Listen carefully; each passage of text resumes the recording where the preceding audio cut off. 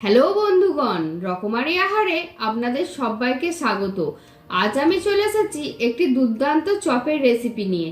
শুধু আলুর চপ তো অনেকেই খেয়েছেন, কিন্তু এই ডিম আলুর চপ অবশ্যই একবার বানান। কোনো রকম ব্রেড ক্রাম্বস ছাড়া বা কোনো রকম ব্যাটার তৈরি করা ঝামেলা ছাড়াই এই চপ বানিয়ে দেখাবো। তাহলে চলুন আর দেরি না করে শুরু করা যাক।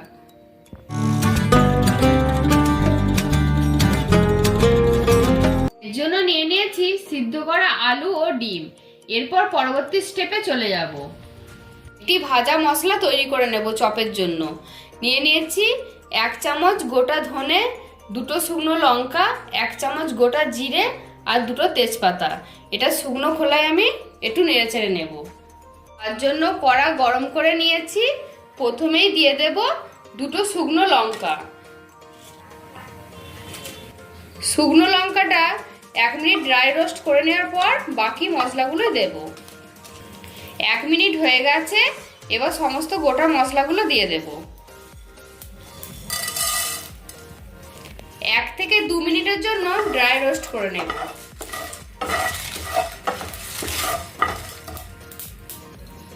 ড্রাই রোস্ট করা হয়ে গেছে, এবার একটি প্লেটে নামিয়ে নেব। ঠান্ডা করে নিয়ে গুঁড়িয়ে নেব। ভাজা মশলা গুঁড়ো করে নিয়েছি। চপের পুরের জন্য একটি মশলা তৈরি করে নেব। তার জন্য কড়াইয়ে আমি সরষের তেল গরম করে নিয়েছি। এবার দিয়ে দেব রসুন কুচি। রসুন কুচি আমি এখানে 2 চামচ ব্যবহার করছি।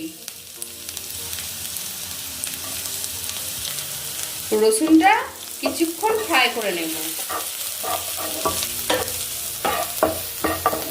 পেঁয়াজ ভাজতে ভাজতে দিয়ে দেব 1 চামচ কাঁচা লঙ্কা কুচি।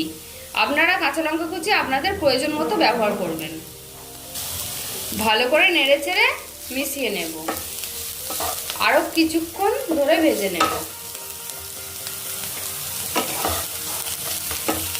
পেঁয়াজ, রসুন, কাঁচা লঙ্কা পুরোপুরি ভাজা হয়ে গেছে। এবার চলে যাব পরবর্তী স্টেপে।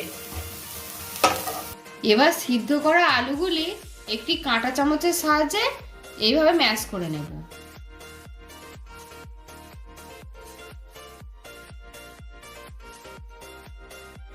আলু কাঁটা চামচের সাহায্যে স্ম্যাশ করা হয়ে গেছে। এবার সিদ্ধ করা ডিমগুলি আমি এইভাবে হাতের সাহায্যে ভেঙে নেব। এটা আপনারা গ্রেটও করে নিতে পারেন, তবে এইভাবে ভেঙে নিলে চপ খাওয়ার সময় মুখে পড়লে ভালো লাগবে।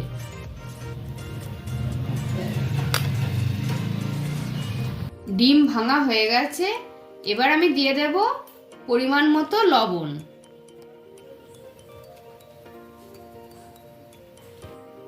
হাফ চামচ গরম মশলা গুঁড়ো। যে ভাজা মশলাটা আমি করে রেখেছিলাম সেটা আমি পুরোটাই দিয়ে দিচ্ছি। দিয়ে দেব অল্প ধনেপাতা কুচি।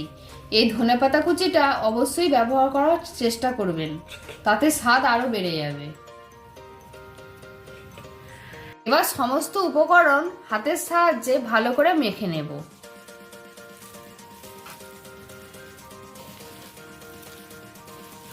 এবার পুরটি আমাদের ভালো করে মাখা হয়ে গেছে। এবার একে একে গড়ে নেব। এবার অল্প অল্প পুর নিয়ে আমি এইরকম শেপ দিয়ে নিচ্ছি। আপনারা আপনাদের পছন্দ অনুযায়ী শেপ দিয়ে নেবেন। আমি একটু ডিম্বাকৃতি শেপ দিয়ে নিচ্ছি। এই যে এইভাবে সবকটি গড়ে নেব।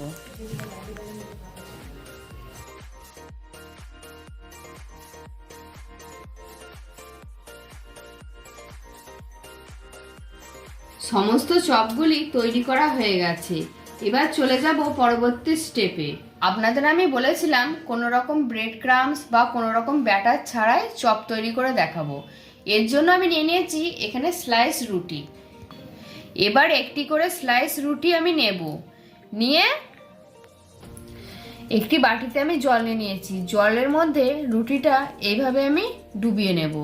ডুবিয়ে নেওয়ার সাথে সাথেই তুলে নেব আর হাতের সাহায্যে জলটা আমি প্রেস করে বার করে দেব। ঠিক এইভাবে আমি যেভাবে করছি ঠিক এইভাবে করবেন। জল পুরোপুরি বার করা হয়ে গেছে।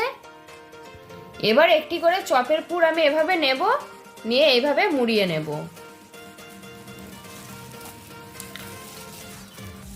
ঠিক এইভাবে আমি করে নিয়েছি, আরও একটি করে দেখিয়ে দিচ্ছি।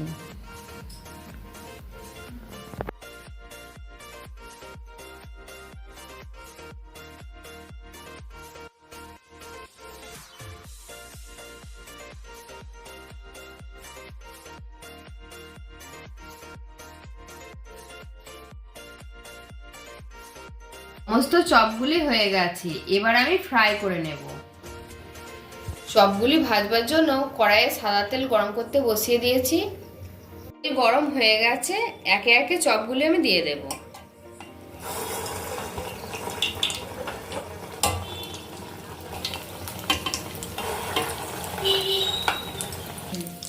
এইভাবে একটি ছোট চামচে করে এই চপের গায়ের উপরে গরম তেল এভাবে দিয়ে নেব। চপের এক পিঠ হয়ে গেলে এক পিঠ এইভাবে উল্টে নেব।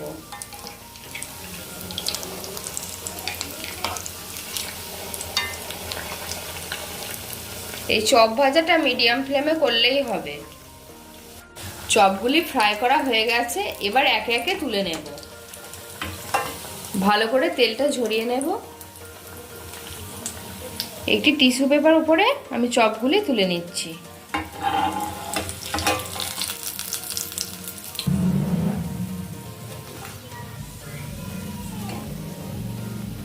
বাকি চপগুলি একইভাবে ফ্রাই করে নেব।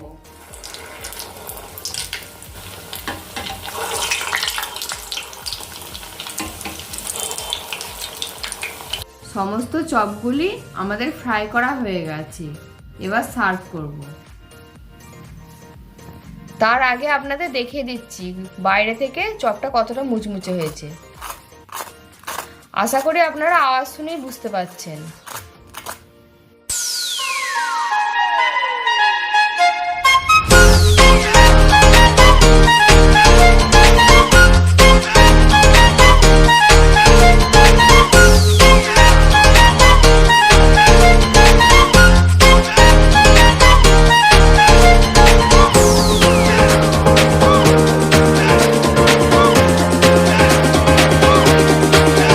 তাহলে বন্ধুগণ, দেখলেন তো কত সহজে এবং অল্প উপকরণে ডিম আলুর চপ বানিয়ে দেখালাম।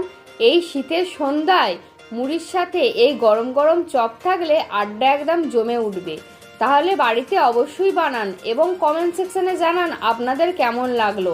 আর হ্যাঁ, চ্যানেলে নতুন বন্ধু হলে অতি অবশ্যই সাবস্ক্রাইব করবেন আর সকলের সাথে শেয়ার করবেন। ধন্যবাদ।